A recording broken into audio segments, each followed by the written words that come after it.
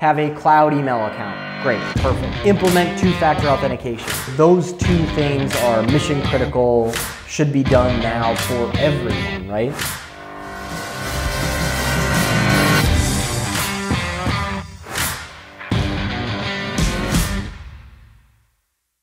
I am Stephen Taylor. This is a new shirt, and this is another weekly behind-the-scenes look at a growing IT support company that keeps us super busy.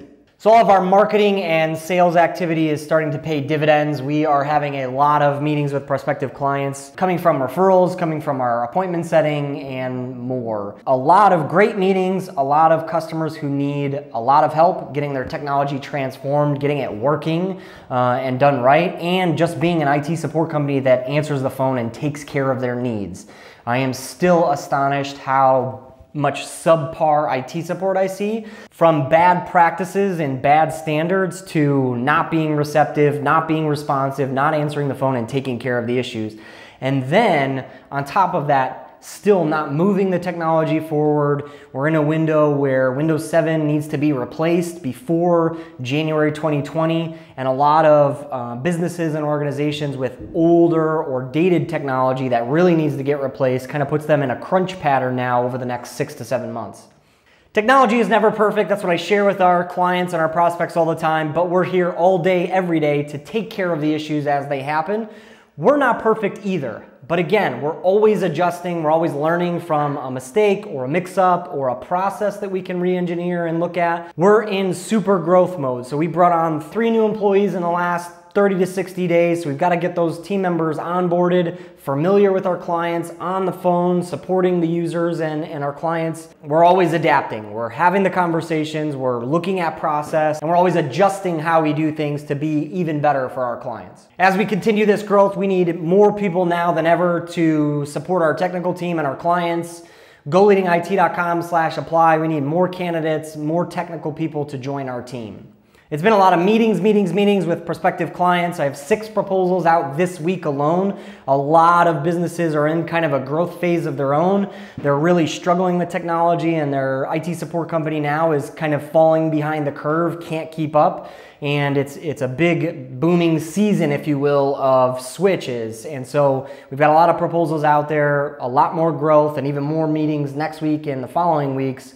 So it's been a very busy time for us, all the while running and supporting the clients that we have now. I think one of the things in this growth phase, or any of our growth phases, is staying focused in the sense that, yes, we're gonna make mistakes, things are gonna break, but let's fix it, let's recover from it, and then let's get on to the next thing. Thankfully, in our business, in our industry, nobody's losing a leg. You know, it's not health and medical, it's technology, and it's super important to businesses. There's going to be things that happen, or things are gonna break outside of our control. We're always there for our clients to respond and take care of it.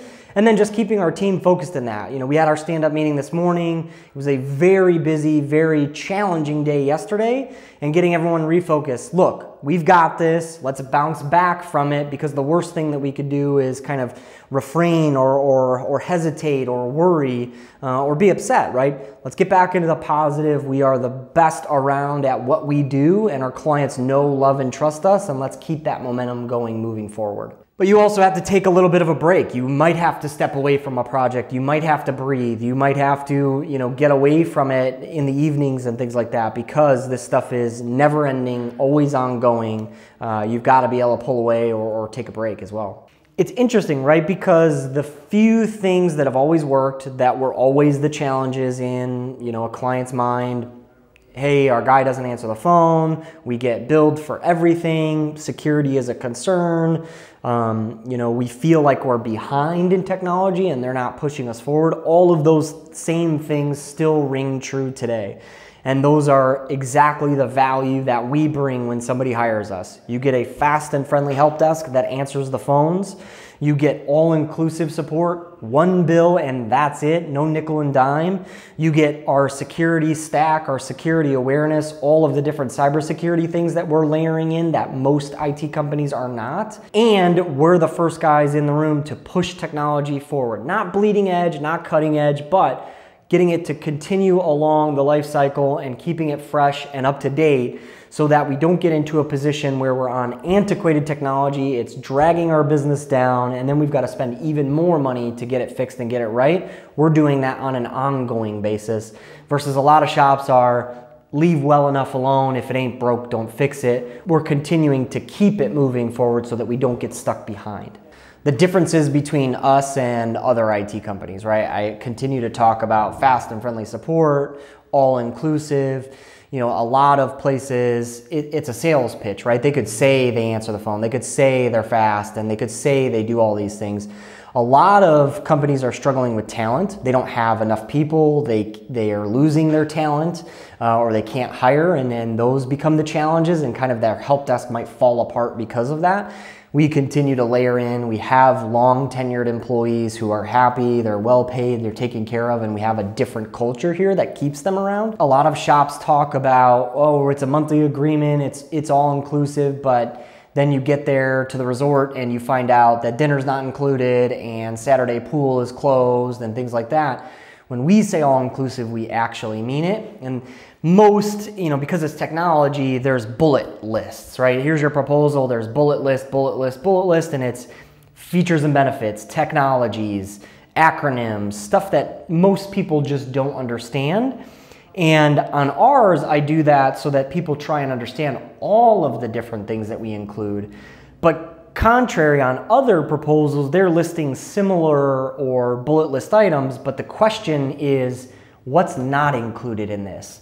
It says here 8x5 support. What happens if I call at 7 o'clock at night, right? It says here that, server migrations, but what if our office, we buy a new building and we want to move?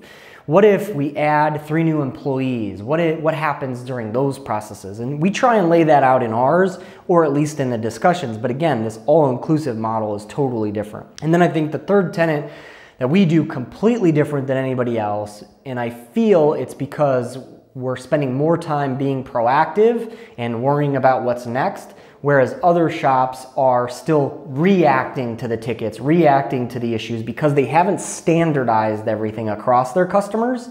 They're always in a reactive, something's broke, gotta go fix it, don't have enough time to do anything else. Instead, we've been proactive about standardizing all of our clients, keeping things up to a best practice that then gives us a little bit more free time, if you will, to worry about what we do on a weekly basis. Our security operations team implementing new technologies, new features, and new education for our clients to keep them safe.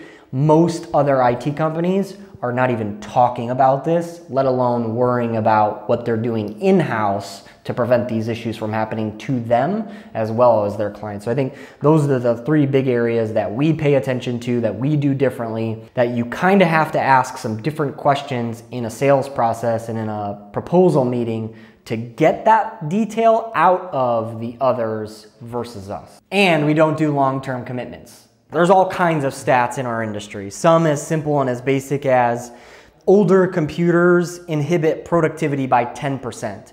And on a person whose payroll is $40,000 a year, that's $4,000 in lost payroll for a workstation that could be replaced for $800, $1,000. Very simple statistic, right? But yeah, we move into these other statistics now coming out about cybersecurity issues, right? 50–60% of small businesses are being attacked or breached or things like that. 1 in 4 organizations, cloud email has been breached. And then the ramifications of that, right? Don't quote me on the statistics, but something like 60+% of businesses that have a breach or a ransomware or something like that do go out of business, right? We've seen some close calls in our own, backyard of clients losing money, clients getting locked out, clients losing data and information, and the amount of money lost or challenge or disparity that it puts on that business is tremendous, right? And so prevention in our world is the best medicine. We don't want to let our clients get slow and behind the times. We don't want to let our clients have breaches and data issues or lockdown, ransomware. So we're trying our best to proactively move our clients forward, keep up with the technology, keep up with what's happening out there in the world versus the opposite, right? There's a best practice that everyone needs to follow, right? Most businesses, most organizations, most people have a cloud email account. Great, perfect. Whether that's Microsoft or Google, what have you, implement two-factor authentication. Enable that kind of lockdown that keeps that stuff safe. When it comes to the Dropboxes or the Boxes or the OneDrives and cloud storage solutions, just try and keep your data in a couple different places. Maybe have it on your workstation as well as the cloud. Maybe put it on a Pocket Drive or an external drive as well as the cloud. Same thing if you had a server or a NAS device, keep that data in multiple places. That's what our backup systems do. Those two things are mission critical, should be done now for everyone, right? Moving past that, you start to get into a business that finally starts to get into their first server, or they've got a line of business application that they need to run and they're starting to kind of expand and they've got a team. It's probably then a good time to engage with an IT support company and let them handle that stuff more proactively. Best practices, standards, security, because unfortunately there's so much change that even a technical person or somebody who's a little bit savvy with this might not know exactly what's happening last week, last month, and what's moving forward. So you need some expertise in there. And then that's when we get into, different IT support companies and their capabilities, and really, are they progressing and moving forward, or are they kind of stuck in the yesteryears of, well, this is how we did it. This is how we have always done it. Follow us on all the socials for more. Follow me on LinkedIn. We're putting out a ton of content on the cybersecurity issues, what questions to ask when looking at IT support, how to know what you're getting and what you're not getting. You're going to continue to see a behind the scenes look at what we're doing here, not only in IT support, but in business and how we operate, our culture, our team, and in our community. Now I've got to get back to work. We have so much to do.